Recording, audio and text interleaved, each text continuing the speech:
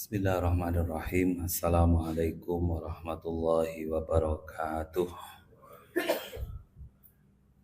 Alhamdulillah, la haula wa la quwata illa billah. Wassalatu wassalamu ala rasulillah Muhammadin ibn Abdillah wa ala alihi wa ashabihi wa mawala. Bapak Ibu jamaah salat zuhur yang dirahmati Allah, alhamdulillah siang hari ini kita masih diberikan kesehatan, masih diberikan kenikmatan iman dan Islam. Mudah-mudahan kita ditutup oleh Allah dalam husnul khotimah. Amin. Salawat serta salam senantiasa kita aturkan untuk Nabiullah Muhammad sallallahu alaihi wa alihi wasallam. Hadirin rahimakumullah. Ini musim-musim akhir tahun, banyak yang sudah mengambil cuti, berlibur. Selaras dengan semangat ini sebenarnya ada hadis Rasulullah Sallallahu Alaihi Wasallam yang dikutip oleh Imam Ahmad bin Hambal dalam musnadnya dari sahabat Abu Hurairah. Anna Rasulullah sallallahu alaihi wasallam qala, Nabi dawuh, safiru tasihu waghzu tastaghnu. Melanconglah, rekreasilah, maka kamu sehat. Berjuanglah, maka kamu akan kecukupan. Nah, Bapak Ibu rahimakumullah, kenapa ini kita sampaikan? Karena Rasulullah SAW pernah dilapori oleh orang yang terlalu bersemangat dalam bekerja, dalam beribadah, itu sampai lupa dengan dirinya. Sholat malam itu hampir setiap hari, sehingga matanya kelihatan jarang tidur, memerah, fisiknya juga siang hari untuk kerja, los, dol istilahnya kalau orang Jawa, sehingga juga fisiknya tidak sehat. Maka kata Rasulullah, inna li jasadika alaika haqqon wa li ainika alaika haqqon. Tubuhmu itu punya hak, matamu juga punya hak. Apa maknanya? Rasulullah hanya ingin memberikan resep hidup yang sehat. Itu adalah hidup yang berkeseimbangan, tidak over. Orang kalau sudah bekerja itu sampai lupa tidak istirahat. Orang kalau sudah melek lupa tidak tidur. Itu tidak sehat karena tidak imbang. Hak-hak mata yang harusnya kadang harus istirahat tidak diberikan, tubuh yang harusnya istirahat tidak diberikan. Oleh karena itu makna dibalik itu ya kalian harus imbang. Ya kerja tapi ya ono libure kan gitu. Dan alhamdulillahnya di negeri ini kita juga liburnya malah lebih panjang dari di luar, mulai hari Sabtu sama Ahad. Belum lagi ini kalau akhir tahun tutup buku sudah pertengahan sudah harus terlaporkan, sehingga nyaris dari pertengahan sampai akhir tidak ada pekerjaan yang harus dicake istilahnya. Maka banyak ya karyawan, pegawai negeri terutama biasanya mengajukan cuti dan mengisi hari-hari liburnya untuk jalan-jalan. Nah, itu sebabnya saya tadi mengangkat hadis yang dikutip Abu Hurairah itu, safiru tasihu. Bepergianlah, melanconglah, maka kalian akan sehat. Ya, supaya tidak duduk di kantor saja. Dan makna itu lebih luas. Kalau orang suka bepergian, dia jadi pertama refresh, wawasannya bertambah, jadi tahu situasi di luar. Jadi tidak hanya tahu yang di lingkungan kantornya saja. Jadi ini hadis sebagai dalil untuk bapak-bapak ngambil cuti nanti.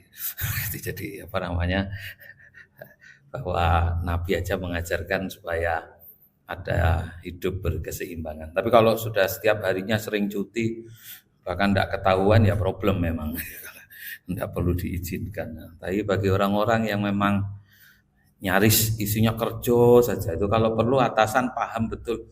Kamu perasaan kok tidak pernah ngambil cuti, itu atasan yang baik. Sekarang saya beri cuti, kamu harus manfaatkan dengan keluarga, lancong. Problemnya sudah ditawarkan ternyata belum berkeluarga, itu yang repot. Jadi tidak bisa menikmati hiburan. Nah, Bapak Ibu yang dirahmati Allah, jadi melakukan safar itu bagian dari cara kita menyeimbangkan hidup dan agar hidup tetap sehat, zahiran wa batinan. Jadi tidak hanya lahir. Ya sekalipun kalau tidak bokek ya istilahnya malah tambah loro kabeh mengembalikan. Tapi kalau yang sudah terbiasa memanage keuangan untuk perjalanan, saya yakin bisa. Dan dalam kehidupan Nabi memang safar itu bagian tak terpisahkan dari hidup orang Arab masa awal.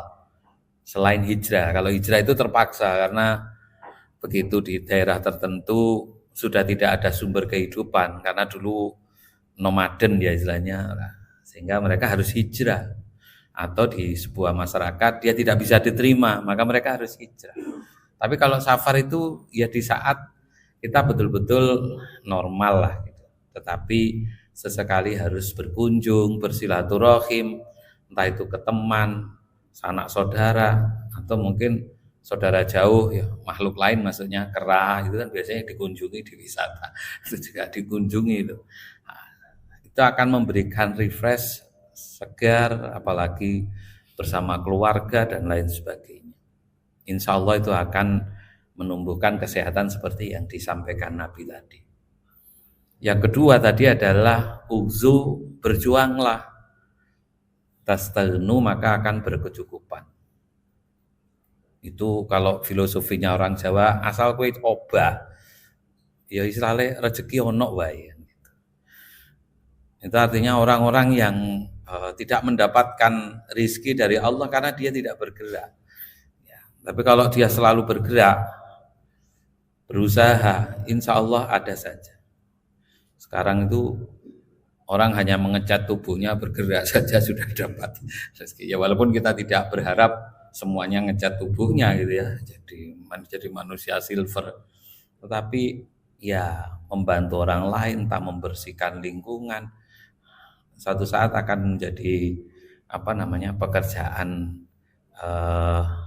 yang menghasilkan. Dulu orang buka yang namanya cukur itu ya buka di bawah pohon, lama-lama punya kedai sendiri. Suatu saat akan ada cukur panggilan kan gitu dan lain sebagainya. Jadi ready lah kemana saja. Asal dia bergerak dengan kemampuan apapun yang dia miliki, rezeki selalu ada. Nah, seringkali orang tidak memanfaatkan sehat yang Allah berikan, kemampuan yang sudah Allah titipkan kepadanya itu untuk bergerak sehingga dia tidak berkecukupan. Maka prinsip yang disampaikan Rasul tadi, berjuanglah. Jadi tidak sekedar bergerak tapi ya ada kesungguhan, ada pengorbanan waktu, tenaga, pikiran. Nah, insya Allah akan dicukupi oleh Allah Subhanahu wa Ta'ala. Nah, ini sebenarnya juga penyeimbang supaya orang itu tidak jalan saja, tapi tidak ada perjuangan. Ini enggak imbang. Makanya tadi kalau tadi disuruh healing gitu, jalan-jalan, ya, tapi juga harus bekerja gitu. Jadi ada keseimbangan. Jangan sampai kemudian hadis ini dipotong hanya yang pertama, akhirnya uripe ngomong healing, saya enggak tahu yang membiayai siapa. Mungkin kalau sudah seperti negara maju, orang-orang yang tidak punya pekerjaan itu justru pekerjaannya adalah healing. Tapi semuanya laporan ke negara untuk mendapatkan pengetahuan, wawasan tentang negara tertentu, silakan pergi ke sana. Orang-orang yang tidak punya pekerjaan itu. Maka kalau kita lihat para pelancong di negara kita ini orang bule itu sebenarnya orang nggak punya dan nggak punya pekerjaan gitu. Jadi itu bedanya. Jadi banyak yang nggak punya pekerjaan, memang pekerjaannya adalah healing di jalan. Nah, ya mudah-mudahan negara kita suatu saat juga begitu, orang-orang yang tidak punya pekerjaan daripada ngemis, ngamen di jalanan mengganggu ya suruh pergi di luar negeri gitu. Ya kalau perlu di Papua Nugini gitu. Malah nggak dapat. Ya, malah jadi tawanan nanti ya. Jadi. Nah, Bapak Ibu rahimakumullah, itulah satu pesan Nabi yang mungkin relevan dengan musim-musim akhir tahun ini. Anggap saja itu sebagai salah satu penyeimbang dari kegiatan kita yang rumit di kantor terus-menerus. Ya ada saat-saat di mana kita bisa refresh, bisa uh, healing tadi itu. Ya, tetapi tetap ya harus ingat setelah selesai healing bisa kembali bekerja dengan giat kembali. Namanya saja refresh, agar fresh kembali bekerja, bukan refresh setelah itu nggak ada pekerjaan. Nah, kalau itu namanya resign, bukan refresh. Resign. Nah mudah-mudahan renungan ini ada manfaatnya, kurangnya mohon maaf. Aku lupa ada, astaghfirullahaladzim. Assalamualaikum warahmatullahi wabarakatuh.